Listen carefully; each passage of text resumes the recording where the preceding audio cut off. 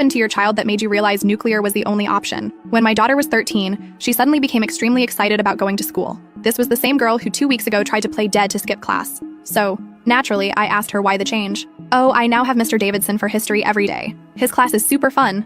I smiled, glad she was finally not hating school. I didn't think much about it again until a week later, when Emma started setting her alarm 30 minutes earlier, just to pick out the perfect cutscene outfit. It's not like Emma never cared about her appearance, but she was always fine with just throwing the first clean thing on.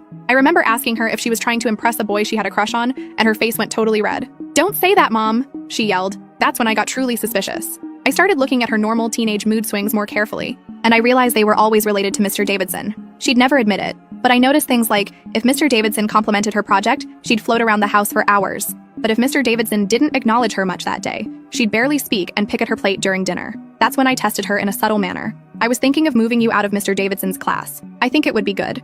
You can't do that, she yelled before I could even get my words out. I stared at her blankly. But why not? I asked. Silence. Deafening silence. She didn't say a word, just stood up and beelined straight for her room, pulling up her phone to text someone before she even reached the stairs. This was Emma, my girl who just 2 months ago didn't care about a single school-related thing. She was always extremely open about everything too. So this was a huge problem. That night, I crept into her room and searched through her phone. I know this was a huge violation of privacy, but I truly felt like I had no choice. I had a gut feeling she was in danger. I combed through every messaging app I could find, looking for anything at all related to Mr. Davidson. And that's when